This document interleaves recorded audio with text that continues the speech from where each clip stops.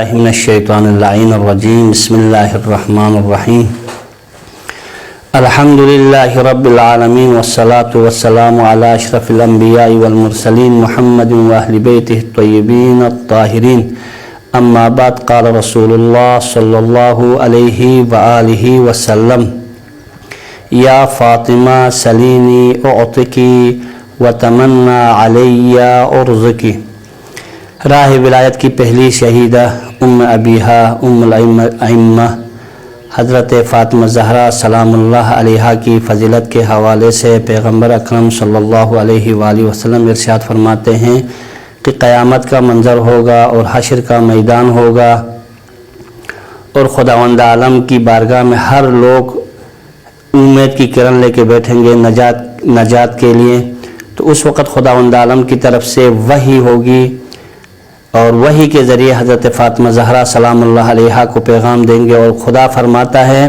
کہ یا فاطمہ سلینی، اے فاطمہ مجھ سے مانگو اعطکی، میں آپ کو عطا کر دوں گا،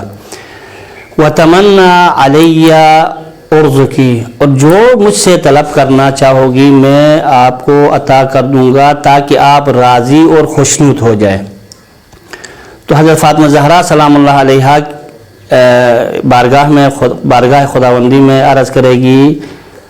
اسألک اللہ تعذب محبی و محب عطرتی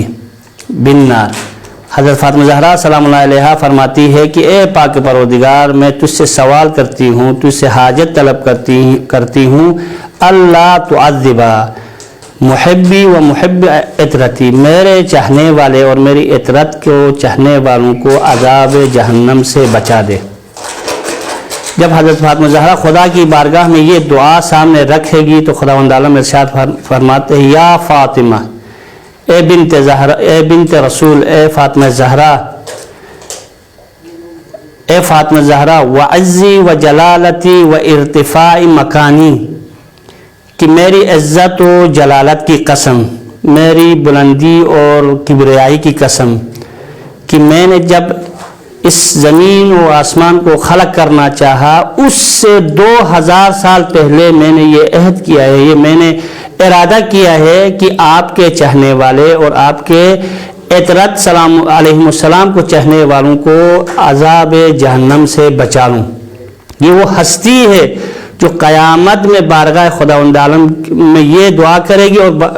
خداوند عالم جو اس کے جواب میں کہتا ہے کہ 2000 سال پہلے زمین و آسمان کی خلقت سے 2000 سال پہلے خدا نے یہ ارادہ کر لیا کہ حضرت فاطمہ کے چاہنے والوں کو اور اس کی عطرت کے چاہنے والوں کو عذاب جہنم سے بچا لوں۔ والحمدللہ رب العالمین۔